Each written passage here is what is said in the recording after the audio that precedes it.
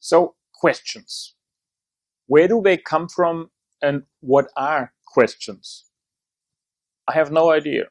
The only thing I know is that where do they come from is a question, and what they are is a question too. So I guess questions are just surrounding us all over the place. There's not necessarily a birthplace for questions. I guess that it is just wired in our brain to ask questions out of curiosity. When we grow up as a little baby, we just have no questions. As soon as we can touch things or see things, there is kind of the first question in our mind, and we explore touching items, putting in the mouth just to get a taste out of the things. This is all like the root of asking questions. And then later on, when we can talk, we automatically learn to ask questions. And this is where it becomes interesting for us to learn new thing and to wonder, what is that? And how did that happen? And why is that? And what's going on here? So curiosity is like the foundation of questions, because we want to get from A to B, we want to do something, we need to ask how, when, what, why. And out of this set of questions, some of them will empower us and some of them will not. And this is the whole purpose of this course. And I just made this little chapter here to find out if you are curious enough to get into and listen to me about a little philosophical question. What are questions and why they are there? I have no answer. So let's just say questions are the most important part of our language in order to get to the next step, in order to advance, in order to find out what we do next. And if you wonder, if you ask a question, what's next right now? Well, now we go into the powerful questions. Have a lot of fun. See you in a second. Here's a good question for you. How? How is one of the most important questions. It's an empowering question. So it makes you feel happy. It focuses on solution. It brings you forward. How? And the reason why that is so important, this how question, is that you can target it to the I'm interested in to learn how you did it. Like, how did you achieve this level of success? This is how. But also, it brings you to some deeper understanding of the future and recognition of what can happen. Now, let me explain this a little bit more. Sometimes I work with people and they say, well, if I would have achieved that, I would be more happy. Well, the question here is, how would you know that you had achieved this other level? And then most of people just start thinking and they can't get a clear answer to me because they don't know. With the how question, you can make a lot of noise and get a lot of irritation going with somebody else. So you're better off having a good rapport with this other person. Don't get too annoying. Don't get too obnoxious with that question, how. It has a lot of power and it can empower a lot because it helps you to uncover the reason behind the reason. And it helps you uncover the evidence which you need to understand that you reached your goal. So try it out yourself. Think about something you want to achieve and then ask yourself, how will I know that I achieved this level, that I reached my goal? So if you have this evidence, it's so much easier for yourself to reach it and to know that you have reached it. You know, there are so many people stating some generalized terms on happiness. Always, if you just ask, how would you know? Then they just start thinking about it and focusing on it. And then they find out that it isn't really the goal where they want to be, what they want to do. It's something else. And the question, how would you know? How is this working? And how do you feel after you achieved it? That are great questions. So think about, how would you feel if you achieved what you want to achieve right now? Would you feel better? Yes. Then it's the right way to move. If you are not sure about that, think about the alternatives. How would I feel if I turn left now? How would I feel if I turn right now? So don't blame yourself if something out of the past. It's over. Think about, how would I feel if this happens to me now? How would I feel if I turn left or I turn right? How would people recognize me if I would do this? This is the power of the question how. The question how does have, of course, another level to it, more or less a technical level. You always can ask, how did you do that? How did you achieve this level of expertise? So for your learning purposes and just being interested in stuff, you definitely also need the question word how. Just asking, how do you do that? So you see, the how question has a lot of potential. It's a powerful question, and if you use it in the right way, you achieve the next level. You be happy. You can always ask, how did that work? How did you do that? How are you doing? How can I get there? So in using how, it's giving you a direction. It's focusing on the future. It's focusing on the goal. It's focusing on stepping ahead. It's getting up. It's a powerful question, and it enhances your power if you ask how. So please go ahead and try it.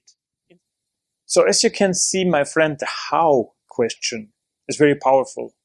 Sometimes when I'm in a situation where I don't know if I should be upset or not, I lean back, watch at the situation, and then I ask myself, how come that happened? How did they do that?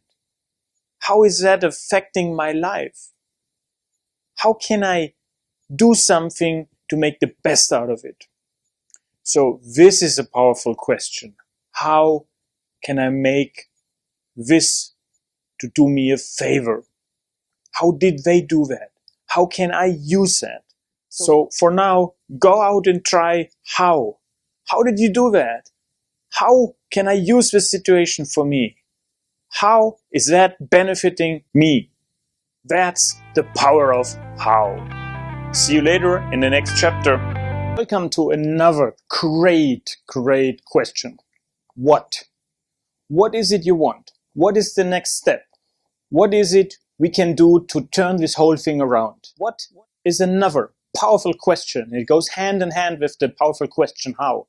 It increases your energy level if you use the question what in the correct way. What is it we can do? What can we learn out of this situation? What is it we need to do to achieve our goal? What is a very strong analytical question?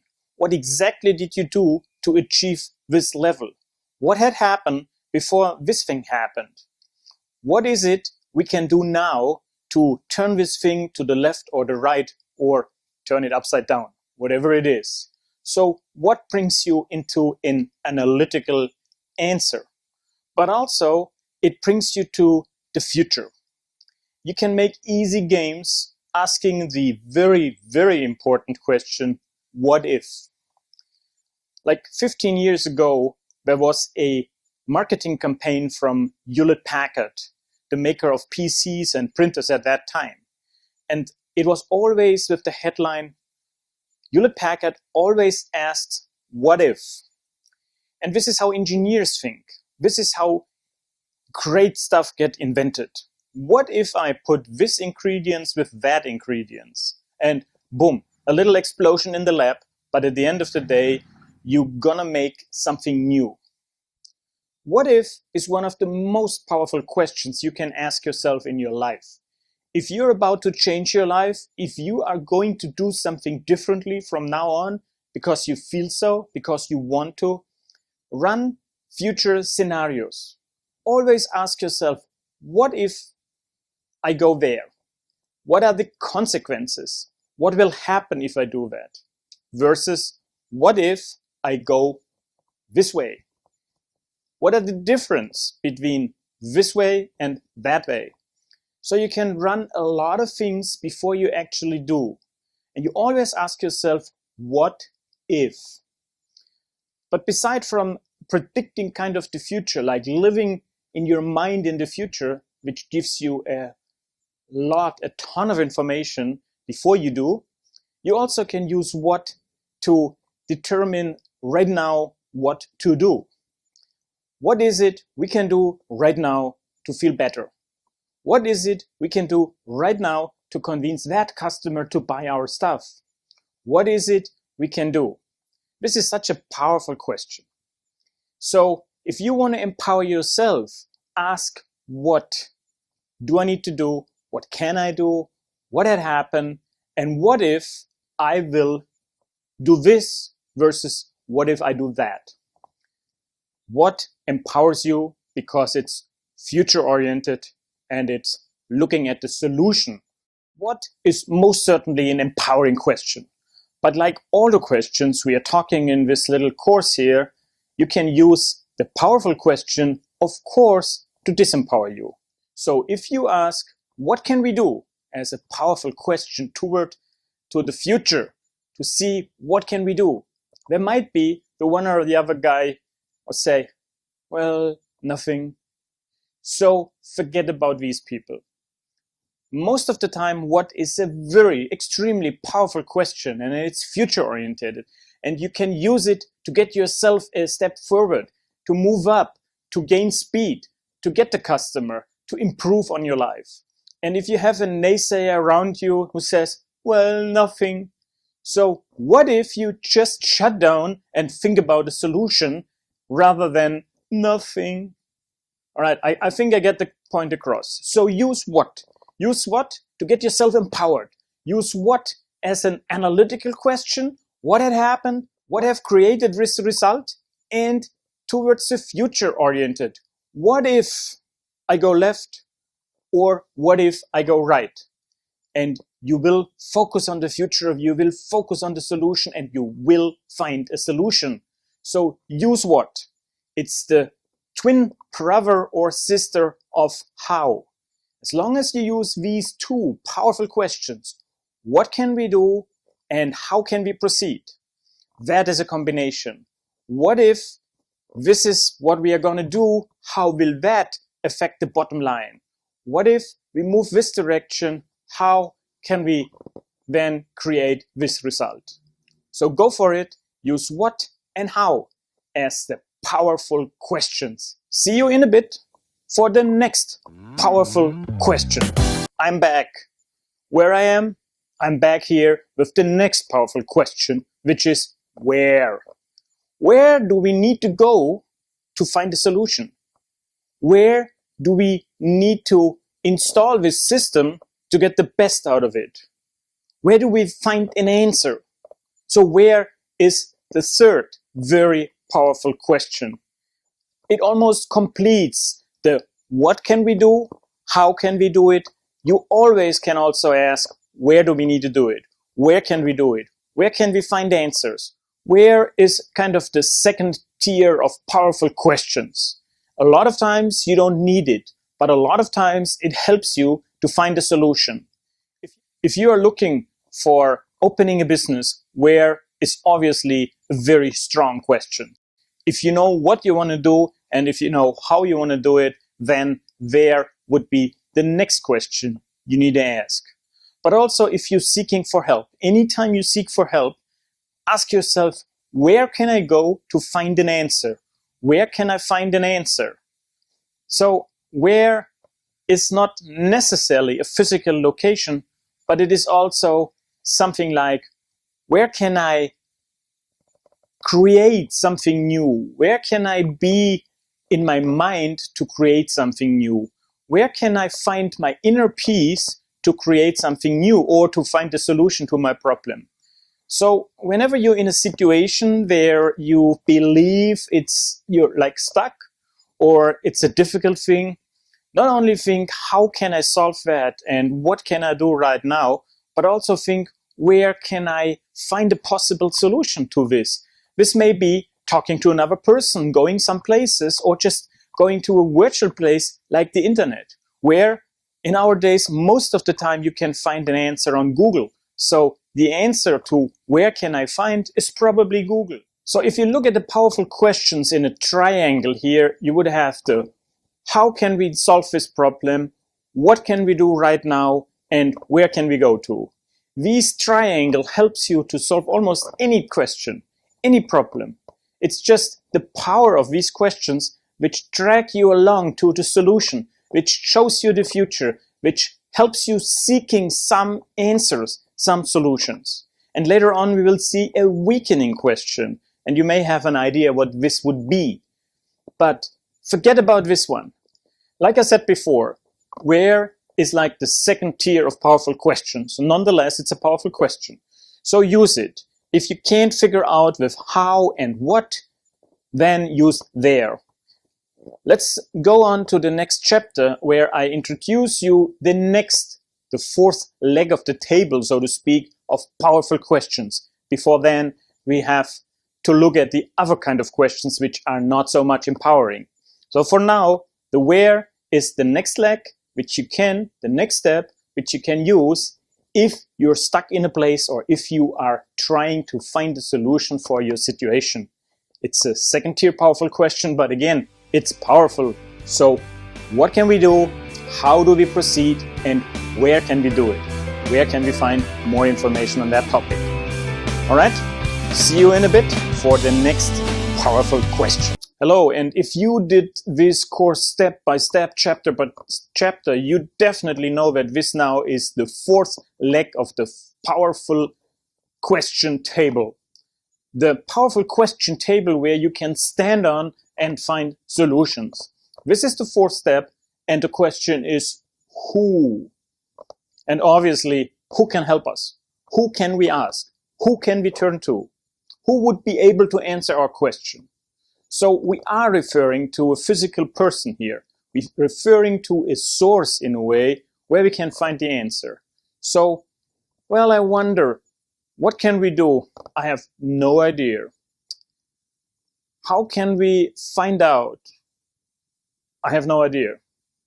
Where can we find a solution? I have no idea.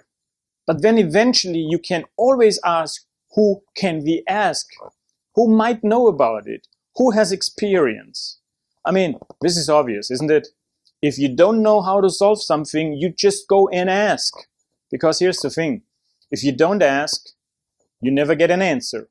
For me, it's always obvious to go this step-by-step approach. How can I solve the situation? What can I do? Where can I find an answer? And if I have no answers to these three very important, powerful questions, I obviously go to the fourth powerful question and stand on the table with the four legs. And the fourth powerful question is, who might know? Who can I talk to? So the who question, a second tier powerful question, is a little bit tricky because you need to have some confidence to go to somebody and ask him or her about a problem which you can't solve yourself. But hey, if you don't ask, you stay stupid forever. You don't find a solution. So always ask yourself, who might know? And then how can I approach this person? What can I ask this person?